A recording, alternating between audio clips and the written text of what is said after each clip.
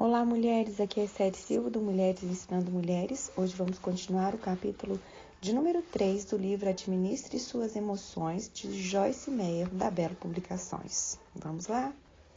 Cura ou engano? Recebi curas tremendas do Senhor Jesus Cristo, mas para receber essas curas, não tive de passar por nenhum dos métodos ou técnicas prescritos e praticados pelo movimento popular de cura interior.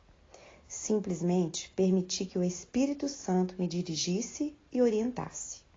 Se você orar e pedir a Deus para ajudá-lo a curar suas emoções, Ele mesmo direcionará e orientará você.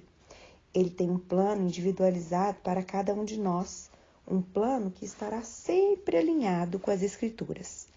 Por exemplo, há alguns anos eu estava orando para que Deus curasse minha vida perturbada. Enquanto eu estava passando por esse período de oração, uma mulher foi à nossa igreja e contou seu testemunho. O histórico e a experiência dela eram quase idênticos aos meus. Meu marido reconheceu isso e me aconselhou a comprar o livro que ela havia escrito sobre o assunto. Comprei o livro e comecei a lê-lo. Nele, a mulher, que hoje está no ministério, começou a relatar alguns dos acontecimentos que haviam ocorrido em sua vida. De repente, comecei a ter flashbacks. Percebi que o Espírito Santo que estava trazendo aquelas cenas à minha memória para me ajudar a lidar com elas e a receber a cura. É assim que a verdadeira cura emocional funciona. Ela é iniciada pelo Espírito Santo e não por alguma coisa que é invocada pela pessoa que está buscando ajuda. Se você precisa de cura emocional, não tente invocar alguma coisa que o faça se sentir melhor.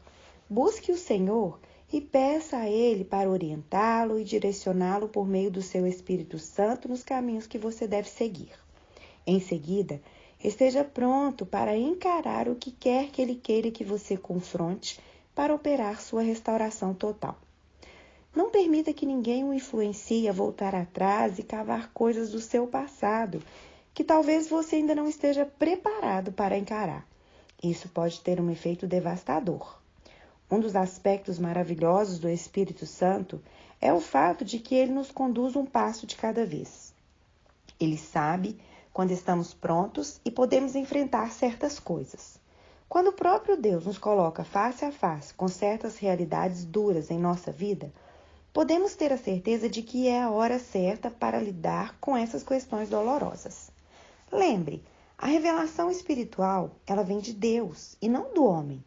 Cuidado com os chamados espíritos guias. Satanás tenta perverter a obra do Espírito Santo, oferecendo imitações enganosas para afastar as pessoas dos verdadeiros encontros espirituais. Tome muito cuidado com quem e com o que você segue. Ore e peça ao Senhor para protegê-lo do engano. Há muito lixo espiritual sendo oferecido hoje em dia, e grande parte desse lixo parece muito bom e muito agradável. Certifique-se de que o que você está seguindo está alinhado com a palavra de Deus e é iniciado pelo seu Espírito Santo. Quando abrir seu espírito para receber direção e orientação, certifique-se de que você o está abrindo para o Espírito de Deus e não para um imitador. Abrindo-se para Deus. Esta é a mensagem que dele ouvimos e transmitimos a vocês. Deus é luz. Nele não há treva alguma. Se afirmamos que temos comunhão com Ele, mas andamos nas trevas, mentimos e não praticamos a verdade. 1 João 1, 5, 6. Essa é uma passagem maravilhosa das Escrituras porque ela nos mostra que se assumirmos a responsabilidade por nós mesmos e pela nossa própria situação e não tentarmos culpar outra pessoa, este será o primeiro passo para recebermos a cura. Frequentemente, as coisas que tentamos esconder, enterrando-as no fundo de nós mesmos, se transformam em trevas no nosso interior.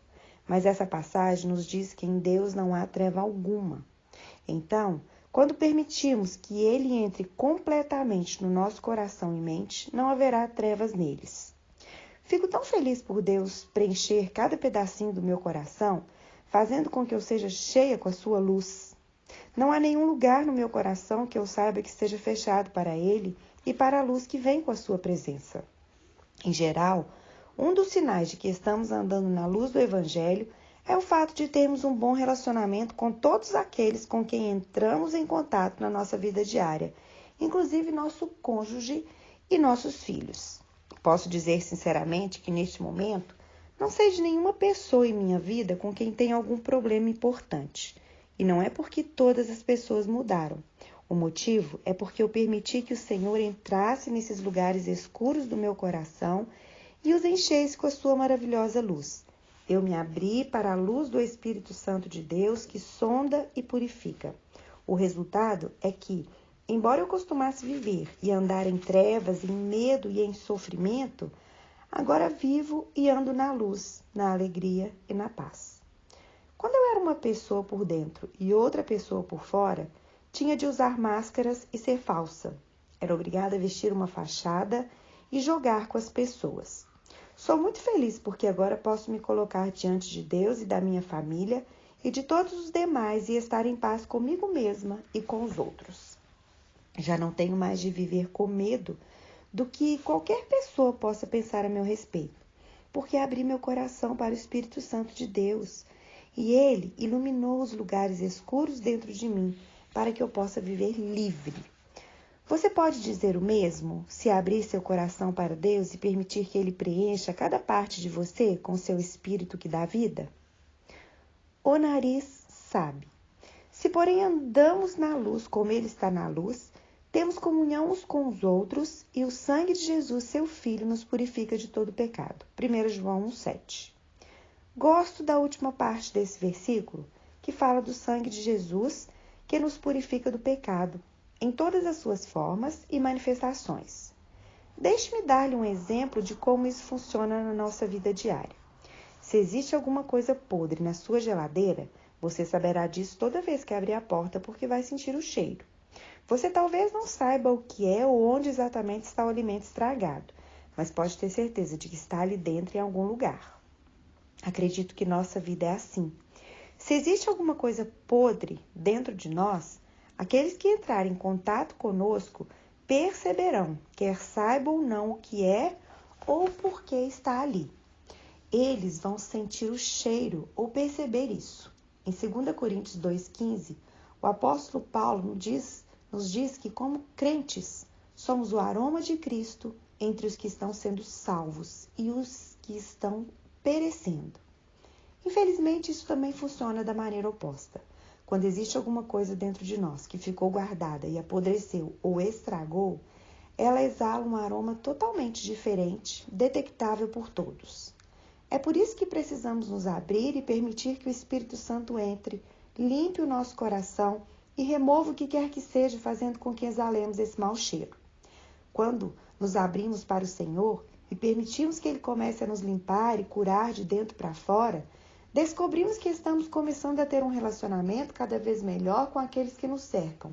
Isso não vai acontecer da noite para o dia, porque é um processo, mas começará a ocorrer um passo de cada vez.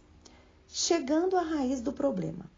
Se afirmarmos que estamos sem pecado, enganamos-nos a nós mesmos e a verdade não está em nós. Se confessarmos os nossos pecados, Ele é fiel e justo para perdoar os nossos pecados e nos purificar de toda injustiça. 1 João 1, 8, 9. Nesta passagem, vemos que nunca poderemos esperar encontrar uma solução para nosso problema com o pecado até que estejamos dispostos a admitir que temos um problema com isso e depois permitirmos que o Senhor nos purifique. Parte desse processo envolve fazer uma análise espiritual de nós mesmos para chegarmos à raiz que é a causa do pecado. Quando você estiver tendo problemas emocionais, uma das coisas que eu encorajo a fazer é entender que o problema não são as emoções que você está sentindo. Elas são apenas as manifestações desse problema. O que você precisa fazer não é apenas lidar com os sintomas, suas emoções, mas chegar à raiz do problema, seja o que for que esteja fazendo com que você se sinta como está se sentindo. Geralmente prestamos atenção demais nos nossos sentimentos. Dizemos coisas do tipo: sinto que ninguém se importa comigo, sinto que os outros não me amam ou não me entendem, sinto que as pessoas não prestam atenção suficiente em mim. Esses pensamentos e afirmações são a evidência de que estamos sendo influenciados pelo que percebemos com as nossas emoções e não pelo que realmente está acontecendo em nossa vida. Deixe-me dar-lhe um exemplo. Digamos que uma mulher sinta que seu marido não presta muita atenção nela. Então ela ora e pede a Deus que faça seu marido ser mais atencioso. Quando sua oração não é respondida, ela decide fazer isso acontecer por conta própria. Ela se queixa e reclama com o marido.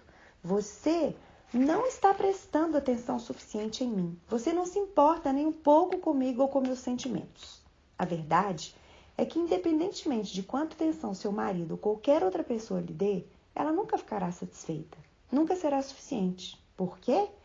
Porque ela está tentando conseguir de outras pessoas o que só pode vir de Deus.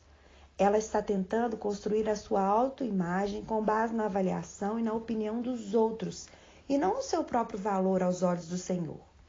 Pode parecer que o problema reside no fato de que ela não é amada e apreciada, mas a raiz do problema é o fato de que ela se sente assim porque quando criança passou fome emocional. O resultado é que agora que é adulta, ela exige mais dos outros do que eles estão preparados ou são capazes de dar. Então sufoca todos os que se relacionam com ela. Se não perceber o que está acontecendo e fizer algo a respeito disso, ela terminará não tendo mais nenhum relacionamento. A não ser que essa mulher chegue à raiz do problema e o resolva. Passará toda a vida culpando os outros, afirmando que seu problema é culpa deles porque eles não são sensíveis com ela nem a apreciam. Ela está ouvindo seus sentimentos e emoções em vez de chegar à raiz do problema e descobrir o que realmente está fazendo com que se sinta assim. Eis outro exemplo da minha própria vida. Quando eu estava tendo muitos problemas emocionais, costumava explodir e ter um ataque de nervos se as coisas não acontecem exatamente como eu queria. Podia estar trabalhando na cozinha na mais perfeita paz e calma, mas se meus filhos entrassem pela porta dos fundos e deixassem que ela batesse, bum! Eu me tornava uma pessoa totalmente diferente. Ficava irritada e saltava sobre eles. Depois eu buscava o Senhor em oração e dizia: Deus, o que há de errado comigo? Como tinha certeza de que não havia nada de errado comigo, o que eu realmente estava dizendo era: o que está errado com essa gente?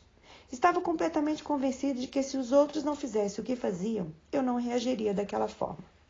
Mas a verdade é que a culpada era eu. Se um de meus filhos entrasse pela porta, tropeçasse na soleira e caísse, em vez de dizer: ah, querido, você está bem? Eu repreendia dizendo: qual é o seu problema? Você não pode sequer entrar em casa sem fazer bagunça? Por Deus, será que tenho de ensinar você a andar? Estava constantemente colocando a culpa pelos meus ensinamentos em alguém ou em alguma coisa. Mas um dia, enquanto orava e falava: Deus, qual é o meu problema?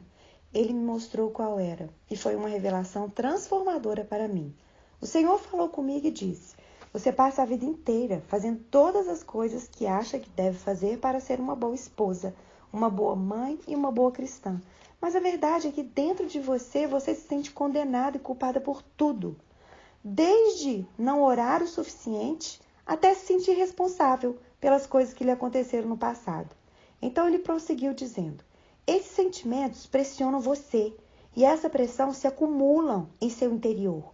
Como está em casa sozinha, a maior parte do tempo você não tem ninguém com quem desabar suas emoções. Então se transforma em uma panela de pressão. A primeira vez que acontece alguma coisa que sobrecarrega sua mente, você explode. Talvez seja isso que esteja acontecendo com você.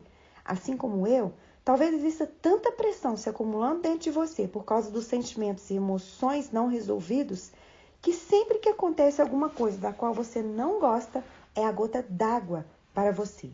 Assim como eu, talvez você nem saiba o que está fazendo com que reaja da maneira que você tenha reagido.